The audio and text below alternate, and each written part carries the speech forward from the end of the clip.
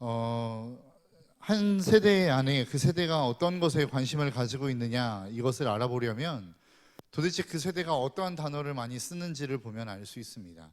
그 단어 안에 그 세대의 관심과 그 세대가 가지고 있는 정말 어떠한 추구하는 방향이 들어있기 때문에 그렇다라는 것이죠. 과거 1800년대 후반에서부터 시작해서 1900년도 중후반에 이르기까지 전 세계적으로 가장 많이 이슈가 되었던 단어 중에 하나는 이데올로기라고 하는 단어였습니다. 왜냐하면 그 시대에 있어서는 사상이 그만큼 중요했기 때문에 그렇습니다. 내가 어떠한 사상을 가지고 있느냐에 따라서 가족이 적이 되기도 하고 서로가 총뿌리를 겨누는 그러한 관계가 되기도 했기 때문에 그렇습니다. 그래서 이념이 중요했던 그 시대, 그만큼 이념이 거의 모든 것이라고 이야기했었을 그 시대에는 이데올로기라고 하는 단어가 참 많이 사용되었다라고 하는 것입니다. 그렇다면 오늘날의 시대를 살아가고 있는 우리의 청년들에게 있어서 많이 쓰이는 단어는 무엇일까? 여러분들은 어떠한 단어를 가장 많이 쓰십니까? 여러 가지의 단어들이 있겠지만 보통 가장 많이 쓰는 단어가 있다면 그것은 스펙이라고 하는 단어가 아닐까 싶습니다.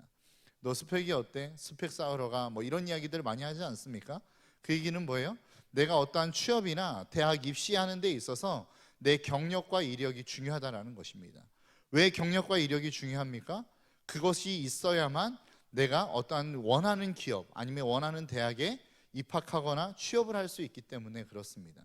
그래서 많은 사람들이 그렇게 취업을 하기 위해서, 때로는 입학을 하기 위해서, 아니면 내가 얻고자 하는 그 무엇을 하기 위해서 그 스펙을 쌓아가기 위해 많은 시간을 들이기도 하고 물질을 들이기도 하고 대가를 지불해 가면서 그 스펙을 쌓아가더라라고 하는 것입니다. 그 얘기는 무엇입니까? 오늘날의 시대가 그만큼의 경력, 이력, 어떠한 실력을 중요시하는 시대가 되었다라고 하는 것입니다. 여러분들에게 있어서는 여러분들은 어떠한 실력을 가지고 계십니까? 그럼 사람들은 왜 그 실력이나 능력이라고 하는 것을 중요하게 생각하고 가지려고 하는가라고 하는 것이죠. 왜 그럴까요? 이유는 간단하게 할 겁니다. 그렇게 능력 있는 사람을 좋아하기 때문에 그렇습니다. 여러분 청년 사역이나 청소년 사역 이렇게 사역을 하다 보면 가끔 어떠한 자매나 형제들, 외로운 자매, 외로운 형제들이 와서 저에게 이야기하는 경우들이 있습니다. 목사님 좋은 사람이 있으면 좀 소개시켜 주세요. 그러면 꼭 물어보는 게 있습니다. 뭘 물어볼까요? 어떤 사람을 원해? 그러면 대부분이 뭐라고 대답하는 줄 아십니까? 믿음 좋고 착하면 됩니다. 아 그래 좋아, 믿음 좋고 착하면 좋아. 아 좋아 그래. 그래가지고 이제 믿음 좋고 착한 자매나 형제가 있어서 소개해 주려고 합니다. 너 이런 형제 있는데 정말 믿음 좋고 착한 자매가 있고 형제가 있는데 한번 만나볼래? 그러면 그 다음에부터 질문이 막 쏟아지기 시작합니다. 어떤 사람이에요? 무슨 일 해요? 차는 있어요? 잘생겼어요? 여러 가지의 질문, 생각지도 못했던 질문들을 막 하더라는 거죠. 왜 그렇습니까? 그래도 내가 만날 사람이고 어찌 보면은 결혼할 수도 있는 사람일지도 모르는데 그렇게 내가 만나 평생을 함께 할 사람은 능력이 좀 있었으면 좋겠다는 생각이 있기 때문에 그렇습니다. 청년들만 그렇습니까? 부모님들은 더 하죠. 청년들이 물어보는 것에 더해서 뭐까지 물어봅니까? 부모님까지 물어봅니다. 부모님은 뭐해? 부모님은 어디 사셔? 부모님은 어떠한 일들을 하시는데 이런 것들까지 물어봅니다. 그것은 무엇이에요? 내 자녀를 누군가에게 보내려고 하는데 일평생 살 그 사람이 능력이 좀 있었으면 좋겠다는 이야기 아닙니까? 사람만 그렇습니까? 기업도 그렇습니다. 기업도 어떤 한 사람을 자기의 회사의 사원으로 뽑기 위해서는 엄청난 검증의 과정을 거칩니다. 어떤 대학에 나왔는지, 어떤 일들을 했는지, 그가 사회생활을 하면서 어떤 경력들을 가지고 있는지 수없이 많은 것들을 검토하고 또 검토해보고 난 다음에 그 다음에 그 사람을 채용한다라는 것이죠. 왜 그렇습니까? 능력 있는 사람이 사람들은 능력 있는 사람을 좋아하기 때문에 그렇습니다. 그러면 왜 사람들은 그 능력 있는 사람을 좋아하는가라고 하는 겁니다. 왜 좋아할까요? 능력 있는 사람을 좋아하는 이유가 무엇입니까? 능력이 있는 사람은 환경을 바꿔낼 수 있는 힘이 있기 때문에 그렇습니다. 여러분 한번 잘 생각해 보십시오. 별로 능력 없는 사람이 있었습니다. 그런데 그 사람이 능력을 막 키워서 좋은 기업에 취업을 했어요. 그러면 어떤 일들이 일어납니까? 날마다 걸어 다니던 사람이 차를 타고 다닐 수 있게 되죠. 날마다 배고플 때마다 편의점에 가서 삼각김밥이나 컵라면을 먹던 사람이 패밀리 레스토랑에 가서 칼질을 할 수 있는 환경이 되는 겁니다. 그 외에도 여러 가지의 많은 누릴 수 있는 것들이 생겨서 그것들을 누릴 수 있는 환경을 바꿔갈 수 있는 사람이 된다라는 거예요. 가정에서도 마찬가지입니다. 한 가정에 능력 있는 사람이 생겨나면 어떻게 됩니까? 반지하에 살다가 또 좋은 집으로 가게 되어지고 뭐 이런 일들이 일어나지 않습니까? 이것이 바로 능력을 가진 사람의 힘이라는 것입니다. 그 사람의 환경을 바꿔낼 수 있는 힘이 그 능력을 가진 사람에게 생기기 때문에 그렇다라는 거예요. 여러분 한번 잘 생각해 보십시오. 왜 기업이 능력 있는 사람을 요구합니까? 능력 있는 사람이 그 기업에 오면 실적이 올라가기 때문 아닙니까? 왜 한 나라에서 어떠한 한 사람을 등용하고 공무원을 뽑는 데 있어서 능력 있는 사람을 뽑아요? 그것은 바로 그 사람이 들어옴으로써, 능력 있는 사람이 옴으로써 그 어떠한 한 나라의 이미지나 그 나라의 국가의 힘을 키워낼 수 있는 그러한 사람이 되기 때문에 세상도 그렇고 사람도 그렇고 가정도 그렇고 어느 곳이든 다 능력 있는 사람을 원하고 있더라라고 하는 것입니다. 그런데 정말로 이게 세상에서뿐만 아니라 저는 교회에서도 마찬가지인 것 같습니다. 교회에서도 여러분 믿음의 능력 있는 사람 하면 여러분들 무엇을 떠올리십니까? 뭐 여러 가지를 떠올릴 수 있겠지만 많은 사람들이 떠올릴 때 막 기도하면 막 아픈 병자가 있을 때 안수하면 그 사람이 막 즉시 낫는 거 막 이런 것들을 꿈꾸지 않습니까? 막 한 번 기도하면 그 기도의 제목들이 막 응답되어지는 것, 막 이런 사람을 보고 우리는 능력 있다라고 이야기하지 않습니까? 어찌 보면 서점에 가서 많은 서점들의 책들을 보십시오. 간증집을 보면 다 그런 이야기입니다. 하나님이 나에게 주신 능력이 있어서 내가 그 능력으로 말미암아 내 환경을 이렇게 바꿨습니다. 병든 몸의 환경을 건강한 몸의 환경으로 바꿨습니다. 경제적인 어려움의 환경 속에서 풍족한 환경으로 바꾸어졌습니다. 우리의 자녀들이 이렇게 말 안 듣고 말썽 뿌리는 그러한 환경에서 우리의 자녀들이 정말 말 잘 듣고 효자가 되어지는 환경으로 바뀌었습니다라고 하는 간증집을 우리는 수도 없이 많이 볼 수 있다는 거예요. 그래서 교회 안에서도 능력 있는 사람 하면은 어떤 사람을 떠올리냐면 환경을 바꿔낼 수 있는 사람을 떠올리더라라고 하는 것입니다. 그런데 진짜 성경에서 이야기하고 있는 능력이 그렇게 환경을 바꿔내는 능력인가라고 하는 것입니다. 정말로 교회가 말하고 있는 그 능력, 그리스도인의 참된 능력을 이야기할 때 모든 사람의 환경들을 바꿔낼 수 있는 것, 그것이 진짜 그리스도인의 능력이라고 이야기하고 있느냐라고 하는 것이죠. 여러분 오늘 본문에 보면 사도 바울은 조금 다른 개념의 능력을 이야기하고 있는 것 같습니다. 오늘 본문 13절에 보니까 뭐라고 이야기하고 있냐면 내게 능력 주시는 자 안에서 내가 모든 것을 할 수 있느니라. 여러분 이 말씀 잘 알고 계시죠? 잘 알고 있다 못해 우리가 외우고 있는 분들도 참 많이 있을 겁니다. 왜요? 이게 우리에게 굉장히 힘과 위로를 주는 말씀이기 때문에 그렇습니다. 하나님이 나에게 능력을 주시면 내가 어떠한 상황과 어떠한 것들을 하더라도 그것들을 다 해낼 수 있는 능력이 있다라고 하는 말씀으로 우리는 듣기 때문이라는 것이죠. 그런데 그것이 딱 13절의 말씀만 놓고 보니까 하나님이 우리에게 모든 것을 해주는 것처럼 느껴지지만 이 오늘 본문의 전체적인 본문의 맥락을 놓고 보면 그런 의미가 아니라는 것을 여러분 잘 알 수 있을 것입니다. 오늘 본문 11절에 보니까 뭐라고 이야기합니까? 내가 궁핍함으로 말하는 것이 아니라 어떠한 형편에든지 나는 자족하기를 배웠노니 라고 이야기합니다. 사도 바울이 지금 이야기하고 있는 자신의 능력을 뭐라고 이야기하고 있는 거예요? 나는 자족할 수 있는 능력을 배웠다라는 거예요. 그러니까 나에게 있어서 가장 큰 능력이 있는데 그 큰 능력은 무엇이냐? 스스로 만족하는 능력이다 라고 이야기합니다. 그리고 난 다음에 12절에 뭐라고 말씀하고 있냐면 나는 비천에 처할 줄도 알고 풍부에 처할 줄도 알아. 모든 일 곧 배부름과 배고픔과 풍부와 궁핍에도 처할 줄 아는 일체의 비결을 배웠노라 라고 이야기하고 있습니다. 그러니까 사도 바울의 이야기를 놓고 들어보면 자기의 삶에 수많은 하나님의 도울 사람들을 보내주셨다는 거예요. 사역의 현장들을 갈 때마다 그 사역을 도울 수 있는 사람들을 붙여주셨다는 거예요. 루디아라고 하는 자주장사를 붙여주셔서 그에게 풍성한 것들을 쓸 것들을 공급해 주셨고, 오늘 본문에서 이야기하고 있는 빌립보 교회를 통해서 그가 가는 곳곳마다 쓸 것들을 제공해 주는 그런 하나님의 풍성함들을 경험하는 사람이었다라고 이야기하고 있는 것입니다. 그런데 거기에서 끝났으면 얼마나 좋았겠어요. 그게 전부가 아니라 그렇게 풍부함에 처하는 환경들도 있었지만 내가 정말로 힘들고 어려운 상황도 있었다라고 이야기하는 것입니다. 여러분 우리가 흔히 생각할 때에 한번 잘 생각해 보십시오. 내가 원했던 계획들이 있습니다. 꿈꾸던 방향들이 있습니다. 그런데 그 꿈꾸던 계획과 방향들을 쭉 진행해 나아가다가 그것이 딱 멈춰질 때가 있다라는 거예요. 뜻하지 않은 암초를 만날 때가 있다라는 것입니다. 그래서 내가 원했던 방향을 향하여 나아가는 그 나아감들에 제동이 걸릴 때가 있다라는 것입니다. 그러면 보통 우리가 생각하는 것들이 무엇입니까? 내가 뭐 하나님 앞에 잘못된 게 있나? 내가 하나님 앞에 뭐 죄 지은 일이 있나? 뭐 이런 것들을 생각하지 않습니까? 그런데 바울도 지금 그랬다라는 것입니다. 바울이 살 때에 이러한 어려움들이 있었다라는 거예요. 사역을 하다 보니까 좋은 사람을 만나서 풍족함을 경험하기도 했지만 그 반대로 정말로 힘들고 어려운 상황들을 겪기도 했다라는 것입니다. 도처에 깔려있는 수많은 어려움들을 만나기도 했다라는 거예요. 바울이 고린도후서에서 자신의 고난이 얼마나 심했는지를 고린도후서 1장 8절에서 이렇게 이야기하고 있습니다. 형제들아, 우리가 아시아에서 당한 환난을 너희가 모르기를 원하지 아니하노니 힘에 겹도록 심한 고난을 당하여 살 소망까지 끊어지고. 지금 사도 바울은 우리는 위대한 믿음의 사람이라고 이야기하고 있지 않습니까? 근데 그 사도 바울이 뭐라고 고백하냐면 나 죽고 싶었다는 거예요. 내 고난이 얼마나 힘들었는지, 내 상황이 얼마나 비참했는지 내가 죽고 싶을 만큼 힘든 상황 가운데 있었다라고 이야기하는 것입니다. 여러분, 예수 믿는 사람이라고 한다면 모르겠어요. 저같이 뭐 뺀질거리면서 예수 믿는 사람이라면 잘 모르겠지만 사도 바울처럼 하나님 앞에 목숨을 내걸고 믿는 사람이라면 하나님이 좀 그 인생을 책임져 줘야 되는 거 아닙니까?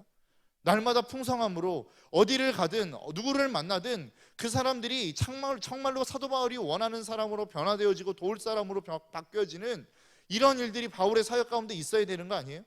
그런데 바울이 뭐라고 이야기해요? 자기의 전 삶을 드리고 하나님 앞에 자기의 모든 것들을 포기하면서까지 하나님의 사역 앞에 자신을 내던졌는데 그 다음에 만난 사건이 뭐라는 거예요? 내가 정말로 죽고 싶을 정도로 힘들고 어려운 고난을 만났다라는 것입니다. 여러분, 우리가 어떠한 사역들을 감당하는 데 있어서 이러한 일들이 있을 수 있다라는 거예요. 그런데 사도 바울이 그 다음에 고백하는 것이 무엇입니까? 오늘 본문이 쓰고 있는 11절의 말씀, 나는 어떤 형편에든지 자족하기를 배웠다라는 것입니다. 풍성함에 있을 때도 나는 스스로 자족했다라는 거예요. 뭐 이것이 막 풍성하기 때문에 야, 뭐 그래도 더 있었으면 좋겠다 이런 생각하지 않았다는 거예요. 그 반대로 내가 정말로 비천함 가운데 있을 때에 내가 원하는 대로 내 뜻대로 사역이 진행되어지지 않았을 때에도 그는 그것 때문에 낙심하거나 낭망하지 않았다는 거예요. 그 가운데서도 만족할 수 있는 삶을 살았다라는 것입니다. 그게 사도 바울의 능력이었다라고 하는 것이죠. 여러분, 그리고 나서 결론적으로 이야기하는 것이 무엇입니까? 오늘 본문 13절의 말씀에 내게 능력 주시는 자 안에서 내가 모든 것을 할 수 있느니라. 이 이야기는 뭐예요? 주님이 나에게 능력을 주시면 내가 원하는 것은 무엇이든 다 할 수 있습니다. 이 이야기가 아니라 하나님이 나를 어떤 상황 가운데 보내신다 할지라도 내가 정말로 힘들고 어려운 상황 아니면 정말로 좋은 상황 가운데 나를 보내신다 할지라도 나는 그 주님이 주시는 능력으로 말미암아 언제나 자족할 수 있는 삶을 살 수 있습니다라고 하는 고백이라는 거예요. 주님이 나에게 능력을 주시면 내가 어떤 상황 가운데서도 만족하는 삶을 살아낼 수 있습니다라고 하는 고백이라고요.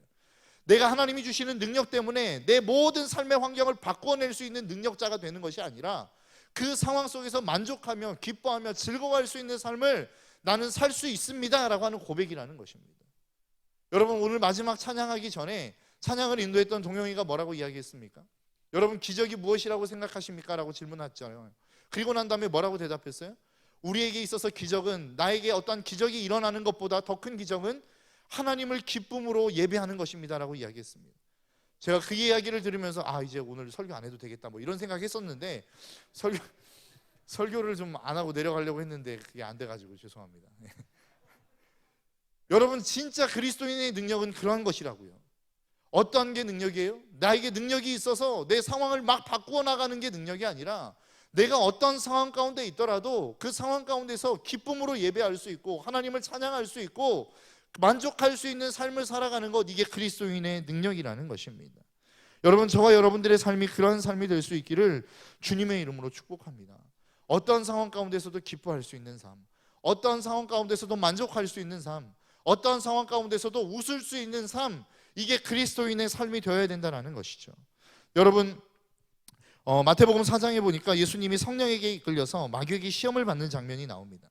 그런데 그 시험을 받는 장면에서 어떻게 보면 그 예수님을 시험하는 시험의 내용은 정체성에 관한 시험이었습니다. 주님을 시험하는 그 마귀가 앞에 나오는 두 번의 시험에서 뭐라고 시험하냐면 네가 만일 하나님의 아들이거든 이라고 이야기합니다. 네가 만일 하나님의 아들이거든 이 돌들로 떡을 만들어 먹어라. 네가 만일 하나님의 아들이거든 이 성전에서 뛰어내려 봐라. 하나님이 너를 지켜주실 것이다 라고 이야기해요. 그런데 주님이 그 시험에 넘어가지 않습니다. 왜요? 하나님의 말씀을 지켰거든요. 여러분, 그리스도인의 능력은 무엇인 줄 아십니까? 그리스도인의 능력은 내가 어떠한 상황 가운데 있다 할지라도 하나님의 말씀을 붙들고 그 말씀대로 살아가는 거예요. 상황이 비참함 가운데 있다 할지라도 그 비참함이 내가 하나님의 말씀을 지키는 자리라고 한다면 그 자리를 지키는 게 믿음이라고요. 그것이 승리라고요. 그리스도인의 승리는 내가 저 좋은 환경을 향하여 나아가는 것이 그리스도인의 승리가 아니라 내가 지금 처해 있는 이 환경 속에서 여전히 하나님이 나에게 말씀하시는 말씀을 지키며 나아가는 삶, 이게 그리스도인의 삶이라는 것입니다. 그게 그리스도인의 참된 능력이라는 거예요. 여러분, 우리는 착각하지 말아야 됩니다. 무엇인가 우리는 한국교회 안에 내 삶이 원하는 방향대로 내 환경과 상황과 조건들을 바꾸어가는 것을 마치 그것이 그리스도인의 능력인 양 우리는 착각하고 있다고요. 내가 원하는 모든 소원들을 성취하는 것이 그리스도인의 능력인 양 착각하며 살아가고 있다는 거예요. 그런데 그리스도인의 능력은 뭐예요? 하나님의 말씀을 성취하는 것입니다. 하나님의 말씀이 내 삶 가운데 이루어지는 것입니다. 하나님의 뜻이 나를 통하여 이 땅 가운데 드러나는 것, 이게 그리스도인의 능력이라고요. 그런데 성경을 한번 보십시오. 성경에 보면 하나님이 하나님의 뜻이라고 이야기하는 구절이 그렇게 많이 나오지 않습니다. 그런데 이것이 정말 하나님의 뜻이다라고 대놓고 이야기하는 성경이 있습니다. 그게 어디냐면 데살로니가전서 5장 16절에서 18절까지의 말씀입니다. 여러분 잘 알고 있는 말씀이시죠? 항상 기뻐하라, 쉬지 말고 기도하라, 범사에 감사하라. 이는 그리스도 예수 안에서 너희를 향하신 하나님의 뜻이니라. 하나님의 뜻이 뭐라는 거예요? 가장 먼저 나오는 게 뭐예요? 항상 기뻐하라는 것입니다. 여러분, 우리가 어떤 삶을 살아가며 기뻐할 수 있습니까? 만족하며 자족하는 삶을 살아갈 때 기뻐할 수 있는 거예요. 나에게 만족이 없는데 여러분 기뻐할 수 있습니까? 내가 정말로 내 인생 가운데 지금 놓여있는 이 모든 환경들이 불만족스러운데 우리가 기뻐할 수 있어요? 불가능한 일이라고요. 내가 정말로 모든 상황과 환경 속에서 항상 기뻐할 수 있는 것은 그 상황에 만족하며 자족할 수 있는 삶을 살아갈 때 만족할 수 있는 거라고요. 기뻐할 수 있는 거라고요. 그래서 우리 그리스도인에게 주어진 가장 큰 능력 가운데 하나가 무엇이냐? 어떤 상황이라고 할지라도 그 상황을 기쁨으로 바꿔낼 수 있는, 다른 말로 이야기하면 자족할 수 있는 능력이라고 하는 것입니다.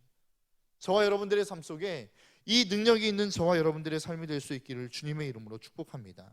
그런데 자족하는 삶을 이야기하면서 그냥 아무것도 하지 않는 삶을 이야기하는 것이냐? 그럼 나는 그냥 내 주어진 모든 환경들을 세상이 이야기하는 운명과 같이 받아들이는 것이 자족하는 사람의 삶이냐라고 하는 것이죠. 그렇지 않다라는 것입니다. 성경이 이야기하고 있는 자족하는 삶은 그냥 내 모든 것들을 하나님 앞에 떠맡기고 하나님 왜 나에게 이렇게 하셨어요? 라고 하는 상황을 그냥 일방적으로 받아들이는 것, 그것을 자족의 삶이라고 이야기하고 있지 않다라는 것입니다. 그럼 하나님이 우리에게 말씀하고 있는 자족의 삶은 무엇입니까? 내가 할 수 있는 최선을 다하는 거예요. 그리고 결과를 하나님 앞에 맡기는 것입니다. 다윗이 우리아의 아내 밧세바를 범하고 난 다음에 잘못된 관계를 통해서 아기를 낳죠. 그리고 난 다음에 사무엘하 12장 15절 중반절에 보니까 이렇게 이야기합니다. 우리아의 아내가 다윗에게 아들을 낳은 아기를 여호와께서 치심에 심히 앓는지라. 다윗이 분명히 잘못했어요. 하나님 앞에 범죄했어요. 그래서 어떤 일이 일어났냐면 하나님이 그 아이를 치셨대요. 그래서 그 아이가 심히 앓기 시작했다는 겁니다. 그런데 이 상황을 바라보는 다윗의 모습이 어땠을까요? 그 마음이 어땠을까요? 여러분, 뭐라고 할 말이 없는 거예요. 왜요? 자기가 잘못했거든요. 자기가 하나님 앞에 범죄했거든요. 그런데 다윗이 그 상황을 일방적으로 그냥 받아들이지 않았어요. 그냥 하나님이 치신 거니까, 하나님의 뜻이니까 그냥 아무것도 하지 않았다라는 것입니다. 사무엘하 12장 16절에서 17절에 보니까 이렇게 말씀하고 있어요.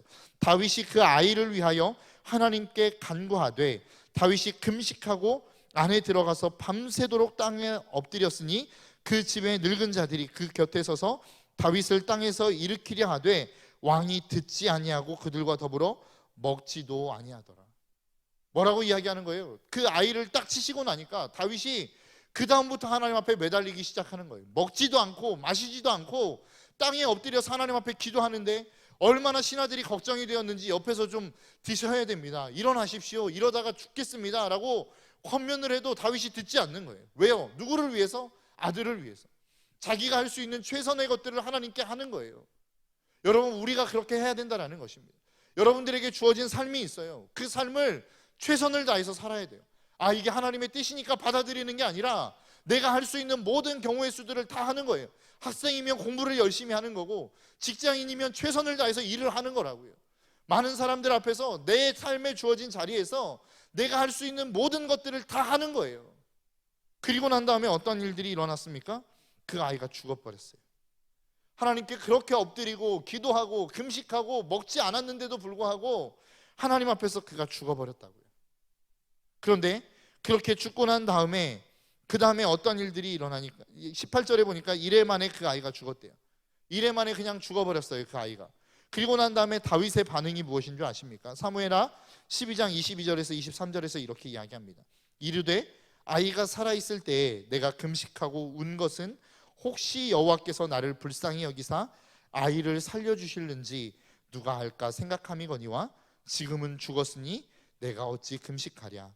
내가 다시 돌아오게 할 수 있느냐. 나는 그에게로 가려니와 그는 내게로 돌아오지 아니하리라 하니라. 다윗이 뭐라고 이야기하는 거예요?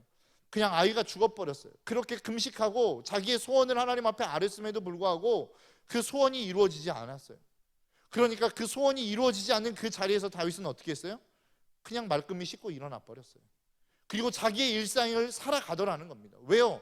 이제는 그 결과가 자기의 뜻대로 이루어지지 않았음에도 불구하고 그 결과가 하나님께로부터 온 것을 받아들인 거예요. 여러분, 우리의 인생이 왜 힘들어지는 줄 아십니까? 과정이 힘들기 때문에 힘든 게 아니에요.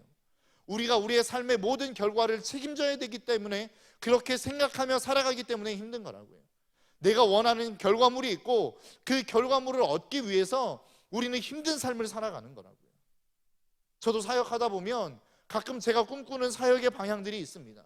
그리고 사람들이 이렇게 변화되었으면 좋겠다라고 하는 제 나름대로의 계획과 꿈을 가지고 있습니다.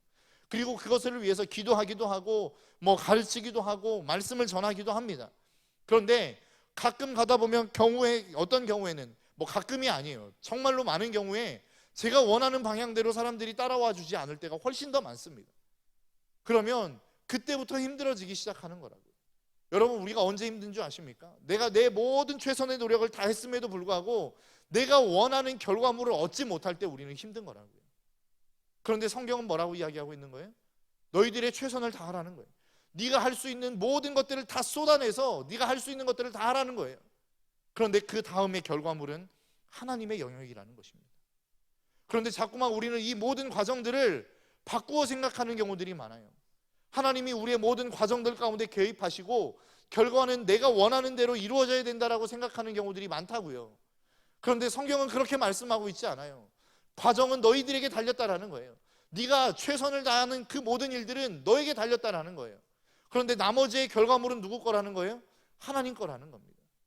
그래서 너희들이 어떠한 결과물을 얻든 간에 상관없이 그 안에서 그것이 하나님이 주신 거라고 하는 것들을 믿고 감사하라는 것입니다.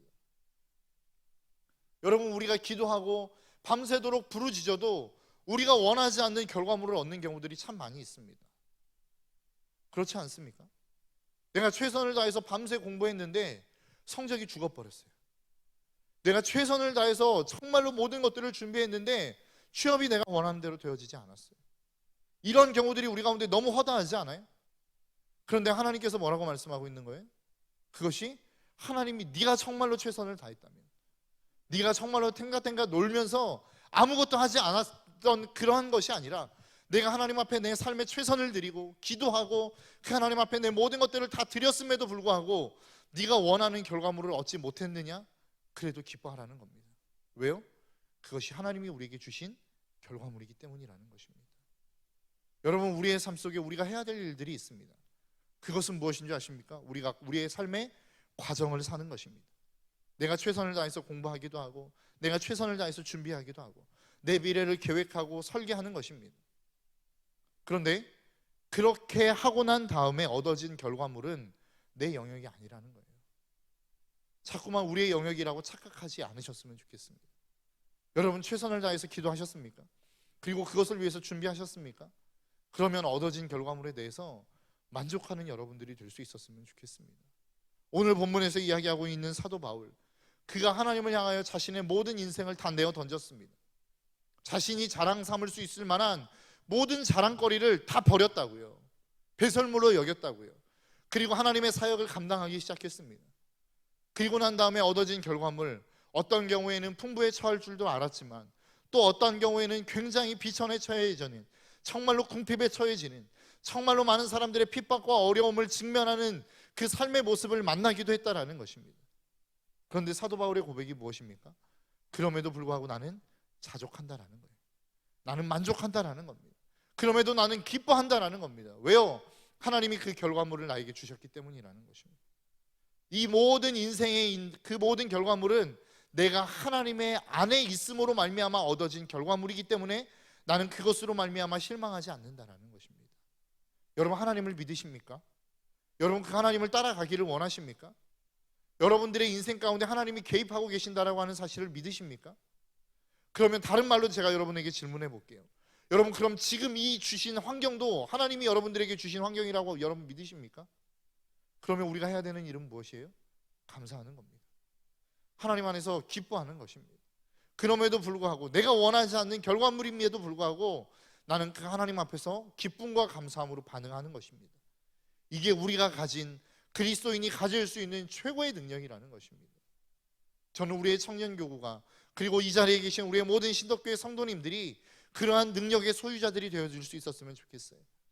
내가 원하는 환경이 아니라 할지라도, 내가 원하는 조건이 아니라 할지라도, 내가 꿈꾸는 어떠한 상황이 아니라 할지라도 이것이 하나님이 나에게 주신 가장 좋은 환경이라고 하는 사실을 믿음으로 받아들이고 그 환경 속에서 기쁨으로 하나님을 예배하며 찬양하며 나아갈 수 있는 저와 여러분들이 될 수 있기를 주님의 이름으로 축복합니다.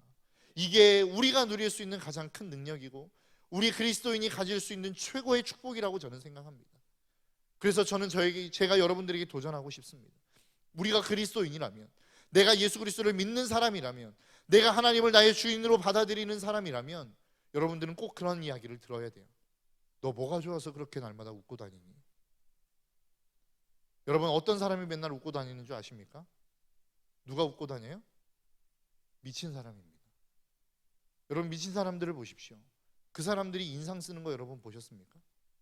거의 없습니다. 그 사람들은 언제나 좋아요. 언제나 행복해요. 근데 주님이 우리에게 그 삶을 요구하고 있는 거라고요. 너 늘 행복해야 된다. 항상 기뻐해야 된다. 그런데 그 삶이 언제 가능한 줄 아십니까? 그리스도 안에 미친 삶을 살아갈 때 가능한 거예요. 그분 앞에 온전히 사로잡힌 바 되어지는 삶을 살아갈 때 가능한 거라고요. 자꾸만 우리는 우리의 능력으로 기뻐하려고 하니까 도대체 어떻게 기뻐하라는 말이야. 상황이 안 되는데 어떻게 기뻐해? 여러분, 상황이 기뻐할 수 있는 상황이어서 기뻐하는 것은 그리스도인이 아니어도 가능한 겁니다. 정말로 좋은 환경에서 기뻐할 수 있는 것은 누구나가 다 할 수 있는 거라고요. 초등학생들도 하는 것이고 가장 어린 갓난아이들도 다 할 수 있는 겁니다. 우리는 뭔가 달라야 되지 않겠습니까? 기뻐할 수 없는 상황 가운데 기뻐할 수 있는, 야, 너 지금 이 웃음이 나오냐? 이 상황 가운데서 지금 웃음이 나와? 이러한 이야기들을 좀 들을 수 있는 우리가 되었으면 좋겠어요. 정말로 기뻐할 수 없는 상황 가운데 기뻐할 수 있고 즐거워할 수 없는 상황 가운데 즐거워할 수 있는 저와 여러분들의 삶이 될 수 있기를 주님의 이름으로 축복합니다. 저는 이게 그리스도인의 능력이라고 생각합니다. 저는 이것이 우리가 살아내야 될 그리스도인의 삶이라고 생각합니다. 저와 여러분들의 삶이 그러한 삶이 될 수 있기를 주님의 이름으로 축복합니다. 이 시간 우리 함께 좀 하나님 앞에 기도하며 나아갔으면 좋겠습니다. 여러분들이 여러분들의 삶 속에서 자랑하는 여러분들의 능력은 무엇입니까? 여러분들은 어떠한 능력을 자랑하고 계십니까?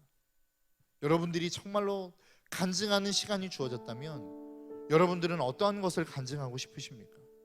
내가 예수 믿어서 나는 이렇게 성공했습니다. 나는 예수 믿어서 내 환경이 이렇게 좋아졌습니다. 이것을 여러분 간증하실 거예요?